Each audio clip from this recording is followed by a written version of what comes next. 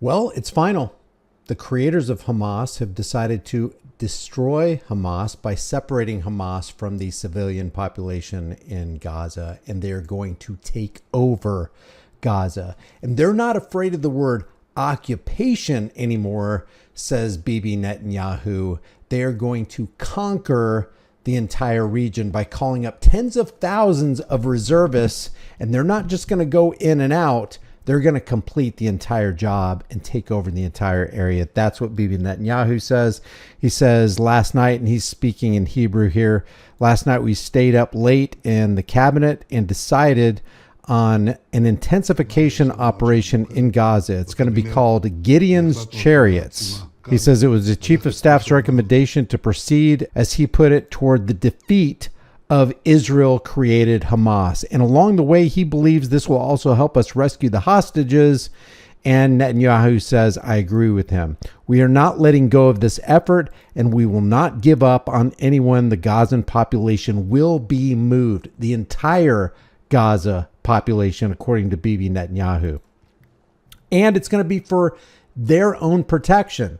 And isn't that always the alibi of tyrants? The safety and welfare of the people is always the excuse. It's the justification. It's the alibi of tyrants. So you tell me, is Bibi Netanyahu the leader of the state of Israel that created Hamas, and now they're going to get rid of Hamas by separating Hamas from the civilian population by entirely taking over Gaza? This sounds like problem, reaction, solution. They created the problem, creating Hamas. Wait for the fear-based reaction. Oh my God, you're killing civilians. Oh my God, you got to save us from Hamas. Don't worry, the IDF is stepping in to save you from the problem that we created. He said, one thing must be clear. They, the Israeli soldiers, will not get in and out. We will call up reserves to take over territory, then leave the territory, and then carry out raids from what remains. And then he says, that's not the plan. That is not our intention. The intention is the opposite. We are finally going to conquer Gaza. Conquer. We are no longer afraid of the word occupation. We're conquering Gaza, clearing it out, and taking control over every area we enter. They're very clear about this. Finally, after a year and a half of that, I shout this in writing, in speeches, on every stage. We are taking control of the humanitarian aid so that it does not become a logistical supply for Hamas. Israel created Hamas. We are separating Israel created Hamas from the civilian population and from the humanitarian aid. He says we will eliminate Hamas. Yeah, right. Just Hamas.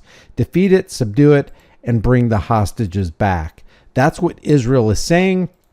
Even reported by the Counterfeit News Network, Israeli Prime Minister Benjamin Netanyahu said the population of Gaza will be displaced to the south after his security cabinet approved an expanded military operation in the enclave that a minister described as a plan to conquer the territory. Let me just show you what they're talking about when they say pushing them to the enclave of the south. This is Gaza. This is the Gaza Strip right here. And the enclave to the south is around this region, is what they're talking about. So they're talking about pushing all the Palestinians in Gaza out and conquering the entire land. That's what they're saying. The vote on Sunday came hours after the military said it would mobilize tens of thousands of reservists, strengthening its capacity to operate in the besieged Palestinian territory. And I just want to reiterate what I just read. Netanyahu says one thing will be clear: there will be no in and out.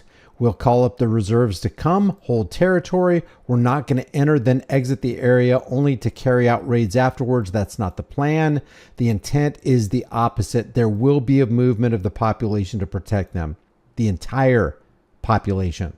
A senior Israeli security official earlier said that the operation in Gaza, called Gideon's Chariots, was unanimously approved by the security cabinet with the aim of subduing Hamas and securing the release of all the hostages. Yeah, that's all it's about. It's just about releasing the hostages. It's just about subduing Hamas. It's not about the Zionist ideology of conquering the entire land for Israel. It's none of that. Come on. It's not about using part of the $3.8 billion that the United States gives us in military industrial complex spending to bomb the crap out of innocent people. If no hostage deal is reached, Operation Gideon's Chariots will begin with full force and will not stop until all its objectives are achieved.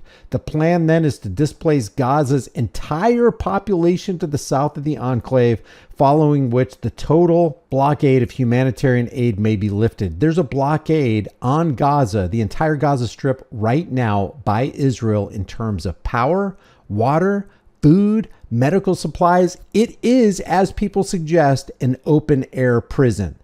Nobody can come in, nobody can go out without Israel's permission.